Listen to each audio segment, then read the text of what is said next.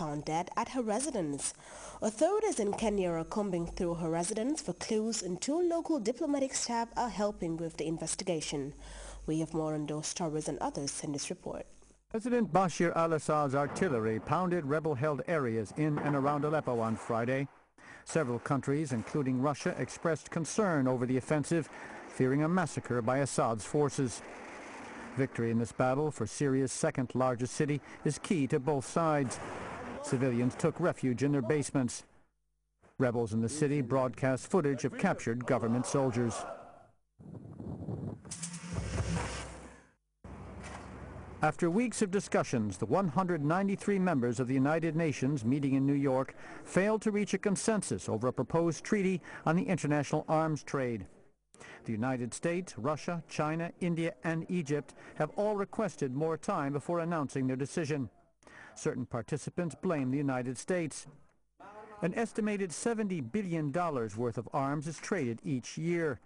The U.S. alone accounts for 40% of that trade.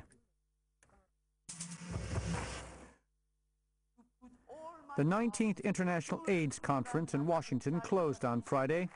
The conference ended on a positive note, with hopes that a cure may soon be found for a disease that has claimed the lives of 30 million people in the last 3 decades. The biggest hurdle is securing financial support for research while the global economy is in the throes of a crisis. However, former U.S. President Bill Clinton said that successful results would attract more financing.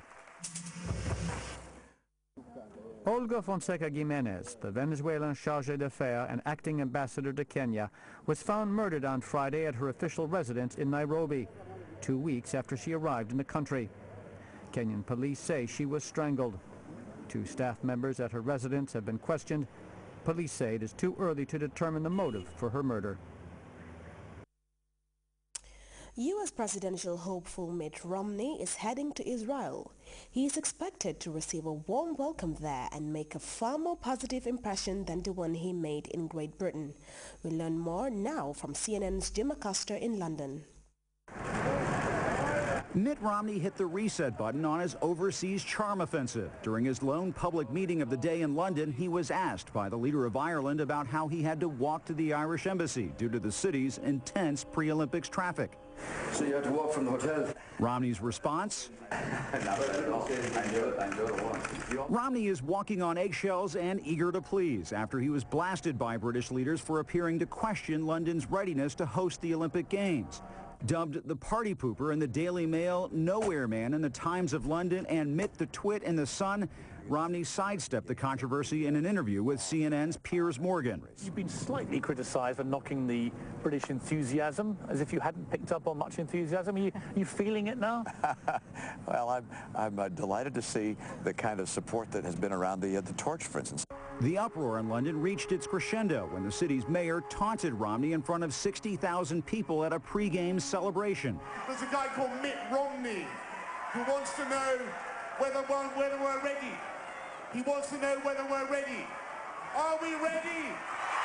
Are we ready? Yes, we are. Romney is also taking heat for disclosing that he visited with the head of Britain's intelligence service, the MI6, a meeting normally kept secret. I appreciated the insights and perspectives of the leaders of the government here and opposition here, as well as the head of MI6, and as we discussed Syria. But Romney's top surrogates are brushing off the controversies, seeing openings in the next 2 legs of his foreign trip, Israel and Poland. The governor will be in Poland. Poland had the rug pulled out from them on the missile defense. President Obama had his own awkward moments in Britain last year when he tried to toast Queen Elizabeth as an orchestra played God Save the Queen. In the words of Shakespeare, to this blessed plot, this earth, this realm, this England, to the Queen.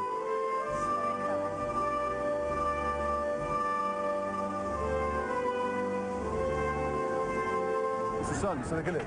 It sells papers. They're selling papers here. As for that morning headline hangover, we found Londoners who were willing to cut Romney some royal slack. Anything in the sun should be taken with a bucket load of salt. Mitt Romney's next stop is Israel, where he has a full slate of meetings scheduled with Israeli Prime Minister Benjamin Netanyahu, as well as other Israeli and Palestinian leaders. Then a major foreign policy address in Jerusalem. Jim Acosta, CNN, London.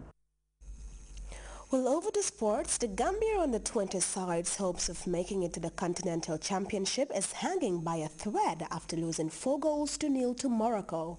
The Gambia conceded 2 goals either side of half-time in the first leg of the doubleheader. The heavy defeat in Casablanca caps off a difficult few months for Gambian football, with the under-17 side withdrawn from the forthcoming qualifiers. The Scorpions also struggling in the World Cup qualifiers after being knocked out of contention for the Continental Championship. Our Babukar Senghor assesses recent developments in Gambian football. 12 will best be described as the darkest period in Gambian football. Nothing seems to go right for the country's football, despite significant energy and efforts being put in to drive our game on the road to success. A week after confirming the withdrawal of the Gambia under-17 from the Continental Championship, the Gambia Football Association, now run by a normalization committee, registered the under-20 side into the qualifying campaign for the Africa Youth Championship. Standing in front of the Baby Scorpions and qualification are familiar rivals, Morocco, and with the first leg played in North Africa, a positive scoreline could serve to inject the much-needed lift for our football. But it would not be. 2 goals either side of halftime condemned the Gambia to a humiliating 4-0 defeat to the North African side, and with it extinguished any hopes of a Gambian qualification for any forthcoming continental or global football bar the female side, who are off to Azerbaijan. 2 years ago, Gambian football was riding a wave of optimism after some huge successes at all ends of the country's football. Into the middle, good crosses in. Oh, what a great goal that was! Gambia have taken the lead. Algeria 2009 provided the country its second under-17 triumph, its first away from home after the maiden victory on the continent in 2005. Gambia on the attack, shot 2-0. What a great finish that was. Congo and the successes of the under-20 are memories long forgotten, and the heroics of Dakar seems overshadowed by an unending failure. Oh, good turn.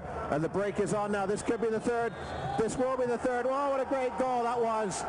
2 years on after what has been built as a significant turning point in Gambian football, the game has taken a disastrous turn for the worse. That huge defeat in Morocco comes on the back of terrible trips to Algeria and Tanzania by the Scorpions.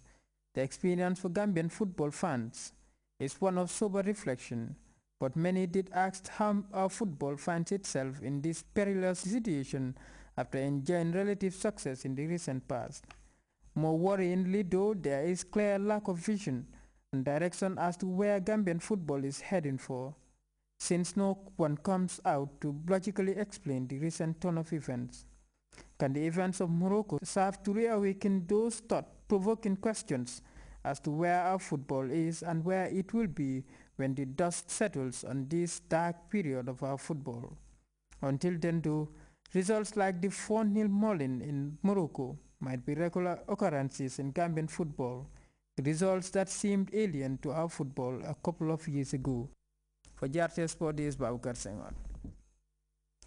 And from that, a reminder of our top stories before we go. Hundreds of volunteers from the Fonis and Casamas today trooped to Kanilai for a voluntary farming exercise on President Jammeh's 8.5-kilometer farm. The Ministry of Health has enlisted journalists in ongoing sub-regional efforts to influence an overhaul of health information systems. Interim Malian President John Konda Traore has returned to Mali after weeks of treatment in Paris for beatings he received at the hands of a mob. And police in Kenya have arrested 2 local diplomatic staff in connection with the death of the acting Venezuelan ambassador to Nairobi. Well, you can monitor GRTS Radio live on our website, which is at www.grts.gm. Well, that's all in this edition of the news. Thanks for the pleasure of your company and enjoy the rest of the day.